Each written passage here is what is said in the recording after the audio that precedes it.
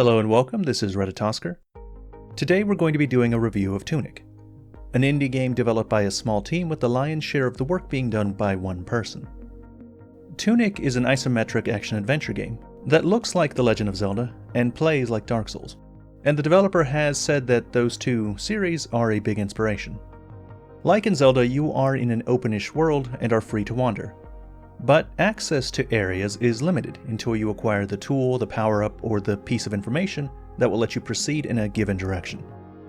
The exploration is very much like Zelda, but it's like original Zelda. It's like Zelda 1, where they dropped you into the world with very little guidance other than to look at the manual for details. The combat is like Dark Souls, in that it consists of dodging, blocking, parrying, and finding openings to attack. Your attacks are fast, but they also have some commitment, and your dodge has iframes but only in the beginning part of the roll. There's also stamina management, as blocking and dodging consumes your stamina bar, and if fully depleted, you are unable to dodge until it is restored a certain amount, and you take increased damage until it does. So the game has the same technical flavor that many Souls-likes try and emulate. But surprisingly, the combat is the least interesting way in which Tunic is like Dark Souls. A famous story about Hidetaka Miyazaki, the creative director of Dark Souls, is that as a child he was tremendously poor. His parents couldn't afford to buy him books or manga, and so he would go to the library to check out whatever books he could find. In this way, he ended up reading fantasy and sci-fi books in English. He didn't understand English, and so he would look at the pictures and imagine the story that might accompany the images. Miyazaki has said that he found great joy in those stories, and that they were a rich reading experience, even if he wasn't always reading. He later cited this experience as a major influence in his design philosophy. I mention this anecdote because Tunic has done a good job of evoking this feeling in me while playing. In fact, it evokes the feeling better than any game I've played, probably with Dark Souls included. The reason for this is because Tunic has a runic language, and almost all the in-game text is in that language, with only a few bits and pieces in English. This includes your items, your inventory, signs, dialogue, and most importantly, the in-game manual. Let's talk a little about that manual actually, because this is a very important part of the game. In Tunic, scattered throughout the world are pages for the instruction manual of the game. It is meant to be reminiscent of old-school manuals, kind of like in Legend of Zelda. Just like in those old games, the manual is filled with all kinds of useful information. It has context for the story. It has a lot of maps. It has monster descriptions and item descriptions. It has explanations for controls that are not immediately apparent. It's an invaluable item. And the best thing about it is that most of the manual is also in this runic language.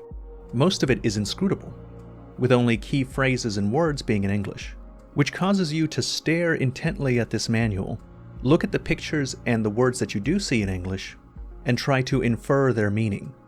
For me, this was incredibly fun. Finding another page to the manual was probably my favorite part of the game, because the information that you could glean from it was almost always useful and interesting. Let me just give you a few examples. There are accessories in the game, like rings in Dark Souls, and if you equip them, they have effects, but you're never told what those effects are.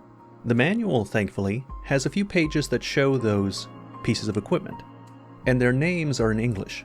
So if you really wanted to know what your accessories do, you can look at the name, you can look at the image of the accessory, and you can equip it to experiment yourself and infer its effect.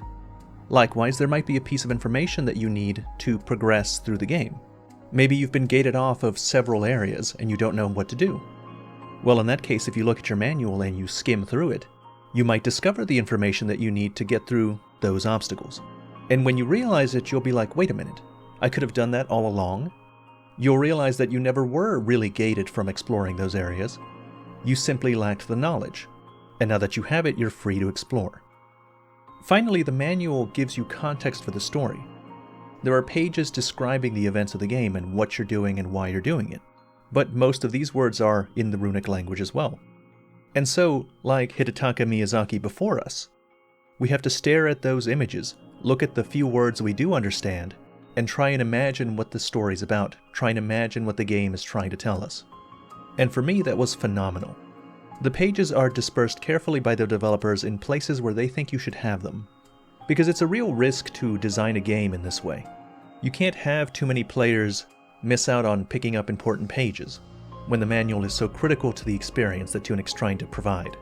But I think they did a good job of that, since I never felt like I was missing content or context.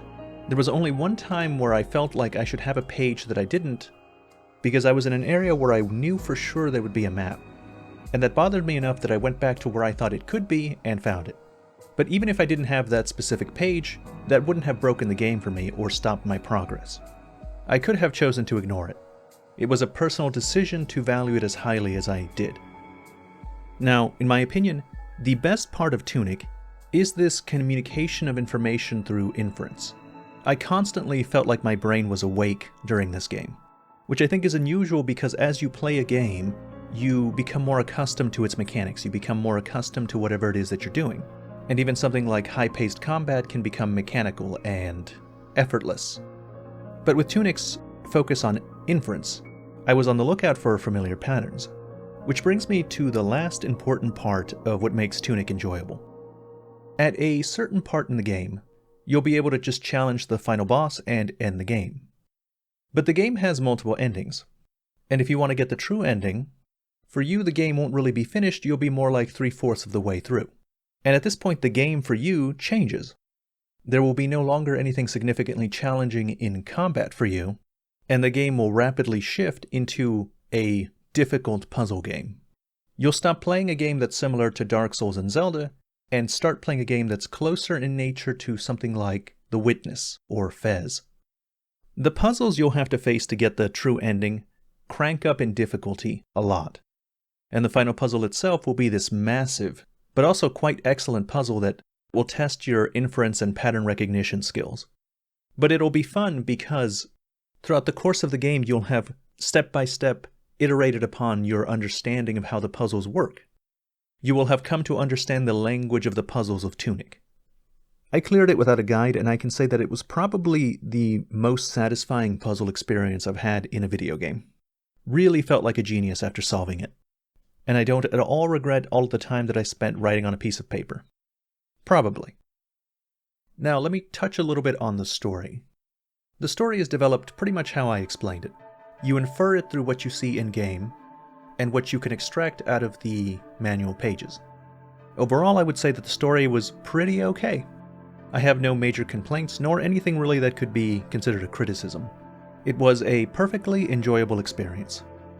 The only thing I would say is that if you do get Tunic, you should go into it with the understanding that the main appeal of the story isn't necessarily what's actually there, it's the way in which it's delivered. It's the qualities that I've already described. Tunic shines best when you're using what you have to piece things together, and that includes not just mechanics but also the story. It's very much a journey, not the destination kind of game. Finally, let me talk about some criticism. The only real problem I had with the game relates to the lead up to the true ending. To avoid spoilers, I'm going to be a bit vague here, so bear with me. In this last section of the game pretty much transforms almost completely from an action-adventure game to entirely a puzzle game. And this lasts for a while because you have to do a lot of backtracking, looking at locations that you've already been at, while you find and solve pieces of a bigger puzzle. Now on its own, that's perfectly fine. But at this point, there are no new bosses, and there are almost no new combat encounters. And with this being the endgame, you probably already have all of the power-ups you're going to need. So combat isn't really much of a challenge. It barely exists at all. You're better off ignoring it. And progressing through these various puzzles, going through the map and doing the puzzles, doesn't unlock any more of the combat. It doesn't unlock any more of the story, really. It doesn't allow you to do any further exploration somewhere else. And this remains true even if you get through the last puzzle. I find this very unfortunate. It's not a deal breaker, but I would have preferred if I was rewarded for how much effort I poured into solving all of this stuff. Rewarded with more than just the knowledge that I did it.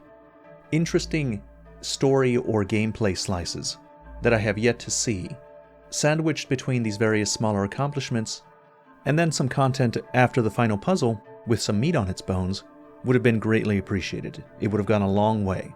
It would have been a lot better if there was a unique final boss that had to be fought before the true ending was available. But as it stands, not only is there no unique final boss in the true ending, But the boss in the regular ending isn't even fought there. There is no final boss in the true ending. This was deeply unsatisfying to me, since I had only done the true ending at that point. By diligently solving that final puzzle, I was rewarded with less interesting content at the end of the game. Now, like I said, this isn't a deal breaker, but it did serve to sour slightly my moment of accomplishment. Made the whole thing a lot less cool. Anyway, that's my review for Tunic. Please unsubscribe and unclick the bell notification. And as always, thank you very much for watching.